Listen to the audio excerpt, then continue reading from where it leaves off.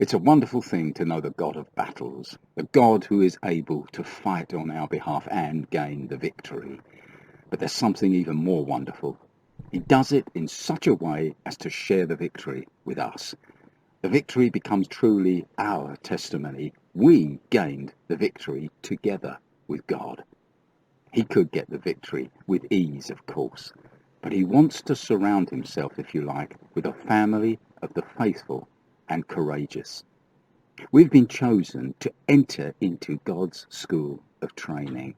We are God's earthly army. The angels are his heavenly army. Now, Thomas à Kempis says this: if we would endeavour like men of courage to stand in the battle, surely we should feel the favourable assistance of God from heaven. Now, note well the order. If we stand in the battle, we shall feel his assistance. Not we shall feel his assistance and be able to stand in the battle. You see, it's a matter of faith. God is there with us, but he hides himself, so to speak, in order to develop our faith. Our standing in the battle is a prayer that God will never refuse or reject. He will honour our stand of faith with his mighty provision, and we shall feel his favourable assistance. It will come. Now, I started working in trees when I was 18 and had to climb out on a dangerous limb. I was above the roofs of red double-decker buses that passed beneath me. I was nervous, even scared, but I pressed on. I had a good stalwart companion with me up the tree who had been a Marine during World War II. I couldn't see him. He was out of sight behind me.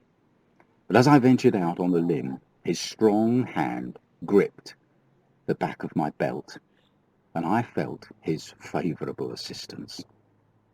I trusted Len and knew that whatever happened to me would happen to him also, and he wasn't going anywhere. And so it is with the unseen God. Where we go, God goes with us. Whatever happens to us, happens to him. Do you recall the scene in which Daniel's 3 friends were cast into the furnace for refusing to worship the king? It's found in Daniel chapter 3.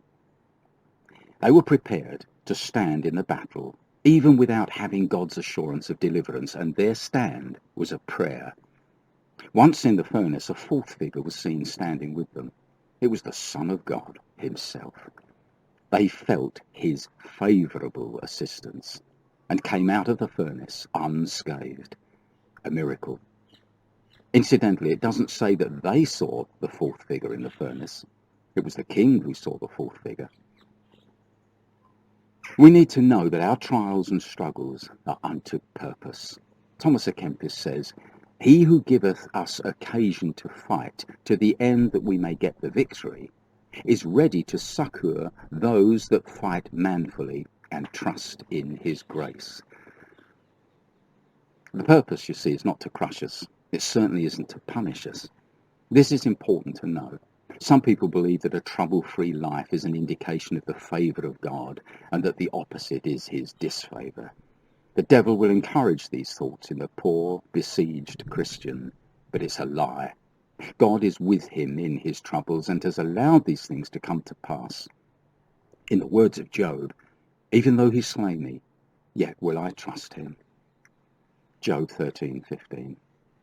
And the end of Job was greater than the beginning. We must be convinced that God is giving us an opportunity for a shared victory. He and us together in the battle. Remember, the unseen is greater than the seen. He who is in us is greater than he who is in the world. Now, does this mean that the trouble goes away? Sometimes. But even if the troubles remain, we must gain the victory in the Spirit. And this is the victory that overcomes our faith. 1 John 5:4. When we have the victory in our spirit and we live in it daily, cheerfully leaving the rest to God, we're a spectacle of angels. To the angels above, we are a source of praise to God. And to the angels below, a sign of their coming judgment. They view the church as terrible as an army with banners. Song of Solomon 6:4, and so they should. We have a song, "These are the days of Elijah." But in the days of Elijah, God's people were surrounded by enemies. And even Elijah thought he was alone, but God revealed to him that not only was he with him, but there were 7,000 other men who had remained faithful. 1 Kings chapter 19. This present conflict that we are going through in the world will be overwhelmingly won by God. And if we are willing, we can share in the victory. It's a chance of a lifetime. When the Holy Spirit came into our lives, we were constituted for battle. May we be honoured this week to stand together with Jesus and know him as a fellow contender and captain of our salvation.